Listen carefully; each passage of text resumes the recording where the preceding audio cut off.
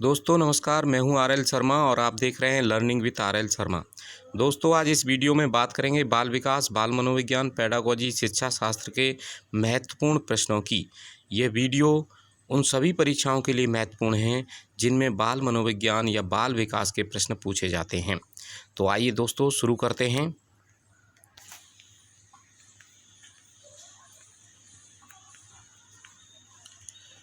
दोस्तों इस वीडियो को अंत तक देखिए, तभी आपको सभी महत्वपूर्ण प्रश्न मिलेंगे। यदि वीडियो आपको पसंद आए तो चैनल को सब्सक्राइब अवश्य कर लीजिए और वीडियो को लाइक शेयर भी कर दीजिए। तो आइए दोस्तों शुरू करते हैं। सबसे पहले बात करते हैं मनोविज्ञान की। मनोविज्ञान का प्रारंभ दर्शन शास्त्र की एक शाखा के रूप में हुआ और शिक्षा मनोविज्ञान मनोविज्ञान की ही एक शाखा है।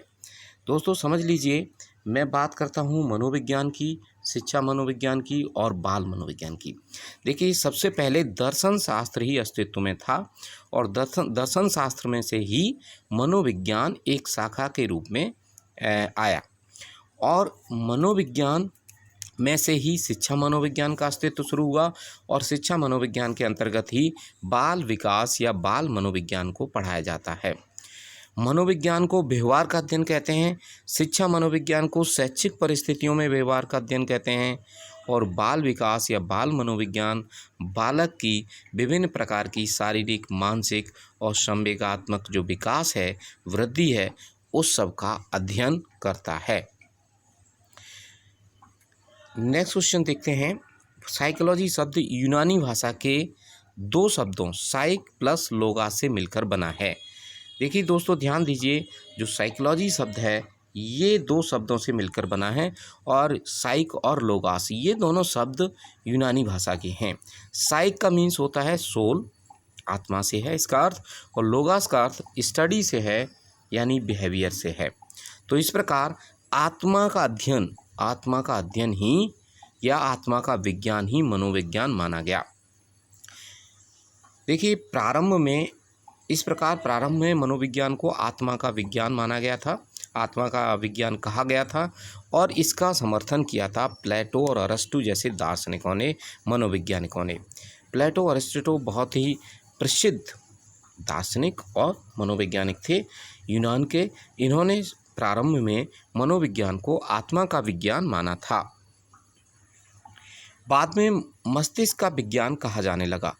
मनोविज्ञान को इसके बाद मस्तिष्क या मन का विज्ञान माना गया, जिसका समर्थन किया था पोम्पोनोजी ने। इसके बाद मनोविज्ञान को चेतना का विज्ञान माना गया। इसके बाद नेक्स्ट जो शाखा के रूप में मनोविज्ञान आया, इसको चेतना का विज्ञान माना गया और इसका समर्थन किया विलियम वुंट, विलियम जेम्स सूली जैसे अनेक मनोवैज्ञानिकों ने। विलियम वुंट को मैं बता दूं, जो विलियम वुंट हैं इनको आधुनिक मनोविज्ञान का पिता भी कहा जाता है, क्योंकि इन्होंने सबसे पहले जर्मनी के लिप्जिंग शहर में 1879 में मनोविज्ञान की प्रथम प्रयोगशाला की शुरुआत की थी और ये जर्मनी के रहने वाले थे। तो आपको इनके बारे में पता चला। इसी तरह मैं विलियम जेम्स के बारे में बता दूं, ये अमेरिकन थे और इन्होंने अमेरिका में पहली बार मनोविज्ञान को एक विषय के रूप में ये सामने लाए थे। तो इनको फादर ऑफ अमेरिकन साइकोलॉजी भी कहा जाता है। आगे बात करते हैं। वर्तमान में मनोविज्ञान को व्यवहार का विज्ञान कहा जाता है और ये जो वर्तमान में बात करें, मनोविज्ञान को व्यवहार का विज्ञान किसने माना? वॉटसन, वुडवर्थ, स्किनर, मैकडूगल जैसे तमाम आधुनिक मनोवैज्ञानिकों ने माना कि मनोविज्ञान व्यवहार का विज्ञान है। और वॉटसन के बारे में बता दूं, वॉटसन ये वही हैं जिन्होंने कहा था कि आप मुझे बच्चा दो, मैं उसे डॉक्टर, इंजीनियर, चोर, डाकू कुछ भी बना सकता हूं। यानी व्यवहार या वातावरण का बच्चे पर बहुत प्रभाव पड़ता है, ये वॉटसन ने माना। ठीक है, वुडवर्थ और स्किनर ने भी वही समर्थन किया।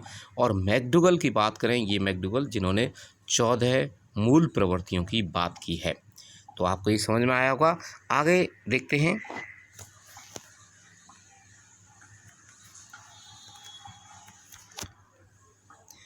अभिवृद्धि एक निश्चित समय तक होती है और इसका स्वरूप बाह्य होता है, जबकि विकास आंतरिक होता है।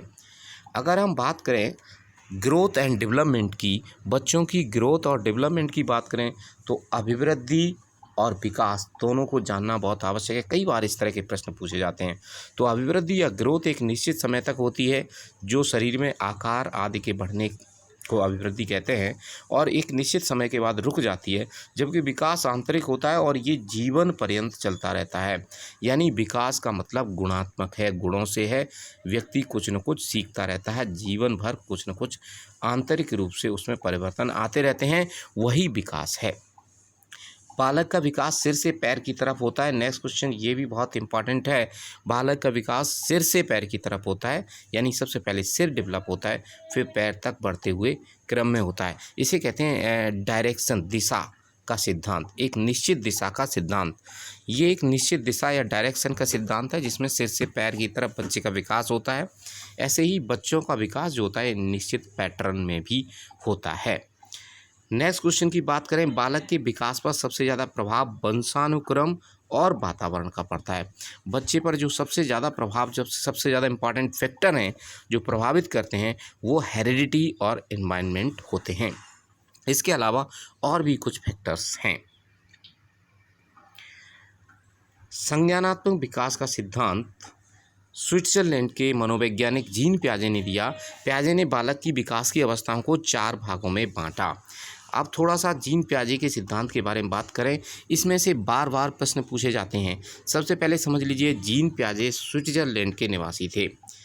इन्होंने जो सिद्धांत दिया इसको बुद्धि का विकासात्मक सिद्धांत भी कहते हैं। इसको इंग्लिश में कहते हैं cognitive development theory of Jean पियाजे।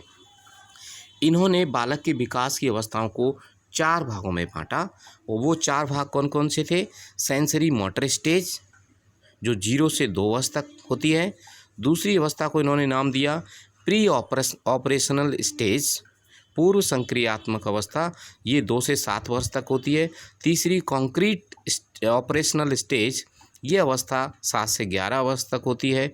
और चौथी अवस्था को नाम दिया इन्होंने फॉर्मल ऑपरेशनल स्टेज, यह अवस्था 11 से 16 वर्ष तक होती है। और इस तरह से उन्होंने जो बालक के विकास को 4 भागों में बांटा है। तो आपको समझ में आया होगा। अब बात करते हैं नैतिक विकास का सिद्धांत कोलबर्ग ने दिया। नैतिक विकास का जो सिद्धांत है वो कोलबर्ग ने दिया, और इन्होंने नैतिक विकास के 3 स्तर बताए, मोरल डेवलपमेंट के 3 स्तर बताए। इसी तरह से अगर बात करें मनोसामाजिक विकास का सिद्धांत, तो ये दिया एरिक्सन ने।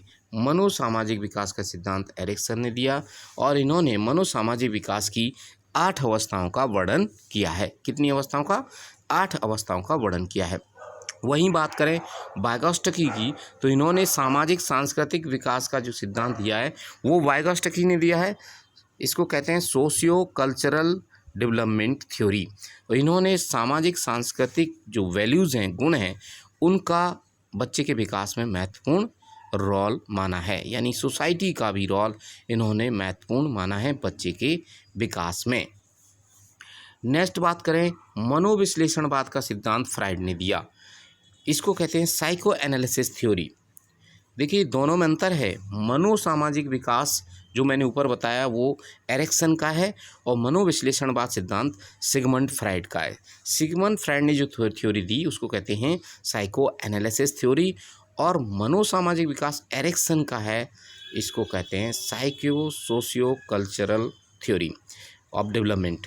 तो इन दोनों में थोड़ा सा अंतर है, इसको याद रखिए, इसमें से भी बार बार प्रश्न पूछे जाते हैं। अब बात करते हैं बाल्यावस्था को। अब बात करते हैं बाल्यावस्था की। तो बाल्यावस्था को किस किस नाम से जाना जाता है? स्मार्ट एज, गैंग एज और डर्टी एज। बाल्यावस्था को स्मार्ट एज भी कहते हैं, गैंग एज भी कहते हैं, डर्टी एज भी कहते हैं, और खेलने की अवस्था भी कहते हैं। गैंग एज इसलिए कहते हैं कि इस समय बच्चे ग्रुप में खेलते हैं। स्मार्ट एज इसलिए कहते हैं कि बच्चों में बहुत जिज्ञासा होती है, प्रश्न पूछते हैं, बहुत ज़्यादा कुछ जानने की इच्छा रखते हैं। डर्टी एज इसलिए कहते हैं कि इस समय बच्चे खेलने कूदने में बहुत व्यस्त रहते हैं, गंदे रहते हैं, इसलिए इसको डर्टी एज भी कहते हैं, और इसे खेलने की अवस्था भी कहते हैं। किशोरावस्था को संघर्ष, तूफान और संघर्ष, तनाव और तूफान की अवस्था कहा गया है। संघर्ष, तनाव, तूफान, ये समझ लीजिए, ये बहुत इंपॉर्टेंट है। ये किसने कहा था? स्टैनले हॉल ने। स्टैनले हॉल ने किशोरावस्था को संघर्ष, तनाव और तूफान की अवस्था कहा है। स्ट्रेस, स्ट्रगल और स्ट्रॉम की अवस्था कहा है। स्टैनले हॉल ने एक पुस्तक लिखी है जिसका नाम भी एडोलसेंस है। उस पुस्तक में किशोरावस्था के बारे में बहुत सारी चीज़ों की व्याख्या की गई है। नेक्स्ट क्वेश्चन देखते हैं। शैशवावस्था को सीखने का आदर्श काल भी कहा जाता है। शैशवावस्था को सीखने का जो आदर्श काल है वो कहा है किसने? वैलेंटाइन ने। और नेक्स्ट क्वेश्चन देखते हैं। वीर पूजा की भावना का विकास किशोरावस्था में होता है। दोस्तों मैं बता दूं, जो किशोर होते हैं उनके अंतर्गत एक किसी को आदर्श मानने की भावना, किसी को हीरो मानने की भावना या वीर पूजा की भावना होती है। इसी को वीर पूजा की भावना कहते हैं। ये कॉन्सेप्ट किशोरावस्था में आता है। और एक चीज़ और बता दूं, किशोरावस्था को परिवर्तन काल भी कहते हैं, क्योंकि सबसे ज़्यादा परिवर्तन, शारीरिक और मानसिक चेंजेस, परिवर्तन किशोरावस्था में ही होते हैं। ये भी आपको जानना आवश्यक है। नेक्स्ट देखते हैं।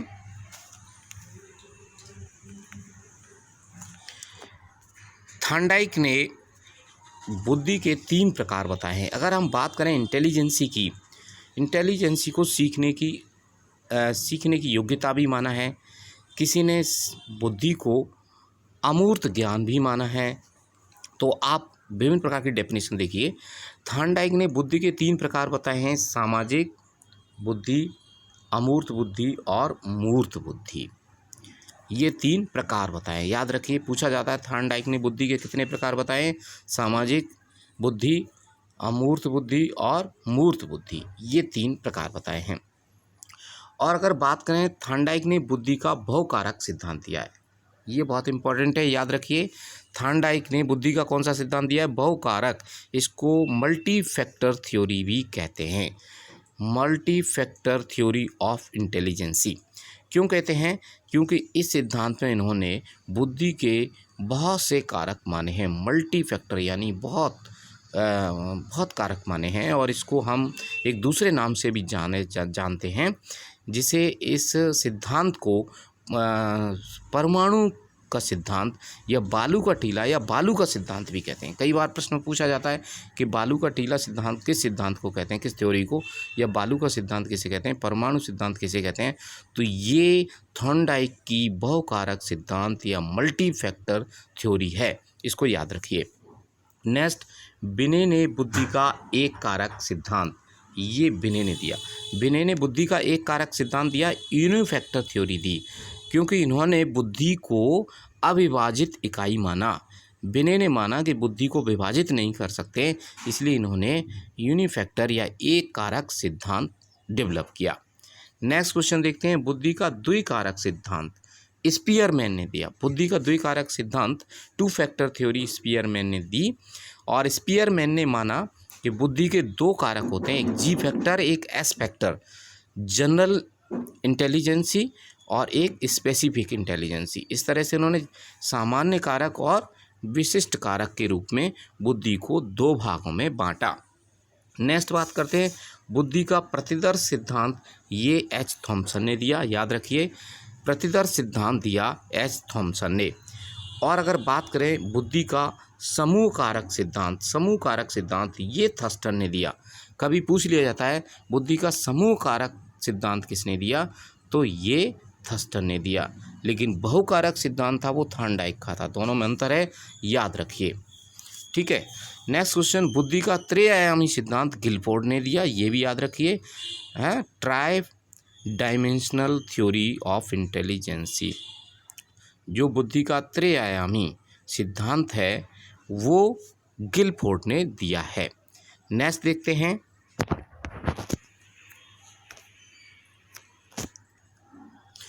बुद्धि को 2 भागों में बांट सकते हैं। अब देखिए, बुद्धि को कितने भागों में बांट सकते हैं? बुद्धि को 2 भागों में बांट सकते हैं। व्यक्तिगत बुद्धि परीक्षण को हम 2 भागों में बांटते हैं, व्यक्तिगत बुद्धि परीक्षण और सामूहिक बुद्धि परीक्षण। ये 2 प्रकार के परीक्षण हैं। इसके अलावा इनका डिवाइडेशन, क्लासिफिकेशन और भी कर सकते हैं। बुद्धि परीक्षणों को हम वर्बल और नॉन वर्बल, शाब्दिक और अशाब्दिक परीक्षण में बांट सकते हैं। और इसके अलावा पावर टेस्ट और स्पीड टेस्ट यानी शक्ति परीक्षण और गति परीक्षण के रूप में भी बांट सकते हैं। पर मुख्य तौर पर हम अगर इनको समझें तो व्यक्तिगत बुद्धि परीक्षण और सामूहिक बुद्धि परीक्षण, इंडिविजुअल इंटेलिजेंसी टेस्ट और ग्रुप इंटेलिजेंसी टेस्ट के रूप में जान सकते हैं। नेक्स्ट क्वेश्चन देखते हैं। मनोवैज्ञानिक गुड इनफ ने ड्राइंग अ मैन परीक्षण का प्रतिपादन किया। देखिए, इस प्रारंभ में ही गुड इनफ एक साइकोलॉजिस्ट हैं, इन्होंने ड्राइंग अ मैन जो बुद्धि परीक्षण था उसका निर्माण किया। और ये ड्राइंग अ मैन एक इंडिविजुअल इंटेलिजेंसी टेस्ट है, यानी व्यक्तिगत बुद्धि परीक्षण है। अगला क्वेश्चन हम देखते हैं। अगले क्वेश्चन की बात करें तो आर्मी अल्फा व आर्मी बीटा परीक्षण सामूहिक बुद्धि परीक्षण है। ये पूछ लिया जाता है कि आर्मी अल्फा या आर्मी बीटा कैसे परीक्षण है, सामूहिक बुद्धि परीक्षण है। दोस्तों, इन परीक्षणों की शुरुआत प्रथम विश्व युद्ध के दौरान अमेरिका में की गई थी। अमेरिकन सैनिकों को प्रशिक्षण देने के लिए, उनके बुद्धि को जानने के लिए इस तरह के परीक्षणों का निर्माण अमेरिका के प्रोफेसर्स, विद्वानों ने, वहाँ के मनोवैज्ञानिकों ने किया और धीरे धीरे ये अन्य देशों में भी इनका विस्तार हुआ। नेक्स्ट प्रश्न देखते हैं। भारत में सर्वप्रथम बुद्धि का निर्माण C.H. राइस। भारत में सर्वप्रथम बुद्धि का परीक्षण जो किया था वो डॉक्टर C.H. राइस ने किया था, 1922 में किया था। मैं बता दूं, ये डॉक्टर C.H. राइस लाहौर जो महाविद्यालय था, वहाँ का जो कॉलेज था, वहाँ पे प्राध्यापक थे। और इन्होंने जो परीक्षण किया वो बुद्धि परीक्षण किया था 1922 में। इस परीक्षण का नाम हिंदुस्तान बिने परफॉर्मेंस पॉइंट स्केल था। बिने ने जो परीक्षण शुरुआत में किया था बिने स्केल के नाम से, उसी स्केल को आगे बढ़ाते हुए डॉक्टर C.H. राइस ने हिंदुस्तान बिने परफॉर्मेंस पॉइंट स्केल बनाया। तो आप ये समझ लीजिए। और अगला क्वेश्चन समझिए। मेरिल पामर मापनी स्केल एक बुद्धि परीक्षण है जिसमें 38 उप परीक्षण हैं, यानी 38 उप परीक्षण है। इसका उपयोग 1.5 वर्ष से 5 वर्ष तक के बच्चों पर किया जाता है। तो ये मेरिल मापनी के बारे में भी आप समझ लीजिए। आगे बात करते हैं। रोरसा स्याही धब्बा परीक्षण हरमन रोसा द्वारा 1921 में किया गया। ये प्रश्न पूछा जाता है कि रोरसा स्याही धब्बा परीक्षण है, ये व्यक्तित्व परीक्षण है, ये 1921 में किया गया, हरमन रोसा के द्वारा डेवलप किया गया। अगला प्रश्न है। इस परीक्षण में 10 कार्ड होते हैं, 5 काले, सफ़ेद और 5 विभिन्न रंग के होते हैं। ये भी याद रखिए कि हरमन रोसा का जो स्याही धब्बा परीक्षण है इसमें कितने कार्ड होते हैं? 10 कार्ड होते हैं, 5 काले, सफ़ेद और 5 विभिन्न रंग के होते हैं। ये याद रखना है, 10 कार्ड होते हैं। TAT थैमेटिक अपरसेप्शन टेस्ट का निर्माण मॉर्गन और मुरे ने किया और ये 1935 में किया। ये भी कई बार प्रश्न पूछा जाता है। और TAT में 31 कार्ड होते हैं। यह भी व्यक्तित्व परीक्षण है, इसमें 31 कार्ड्स होते हैं और ये 1935 में डेवलप हुआ, मॉर्गन मुरे ने किया। और मैं बता दूं, मॉर्गन और मुरे अमेरिका के साइकोलॉजिस्ट हैं। इन्होंने अमेरिका की हार्वर्ड यूनिवर्सिटी में इस टेस्ट को डेवलप किया। नेक्स्ट क्वेश्चन देखते हैं। CAT चिल्ड्रन अपरसेप्शन टेस्ट का निर्माण लियोपोल्ड वलक ने 1948 में किया। इस टेस्ट में कार्डों की संख्या 10 होती है। ये भी याद रखिए, कभी कभी ये पूछा जाता है CAT जो चिल्ड्रन अपरसेप्शन टेस्ट है ये कब बनाया गया? तो ये 1948 में बनाया गया और इसका निर्माण लियोपोल्ड वलक ने किया। और इसमें कार्ड की संख्या कितनी होती है? 10 होती है। ये आपको याद रखना है CAT के बारे में। नेक्स्ट देखते हैं। CAT का परीक्षण 3 से 11 वर्ष के बच्चों पर किया जाता है, जबकि TAT का परीक्षण 14 वर्ष से बड़े बच्चों पर किया जाता है। ये भी याद रखिए, महत्वपूर्ण पॉइंट है। CAT जो परीक्षण है वो 3 से 11 तक के वर्ष के बच्चों के लिए है और TAT थैमेटिक अपरसेप्शन जो टेस्ट है वो 14 वर्ष से बड़े बच्चों पर प्रयोग करने के लिए है। तो दोस्तों, आपको समझ में आया होगा। यदि वीडियो पसंद आया हो तो चैनल को सब्सक्राइब कर लीजिए और वीडियो को लाइक शेयर अवश्य कर लीजिए। Thank you very much for watching this video.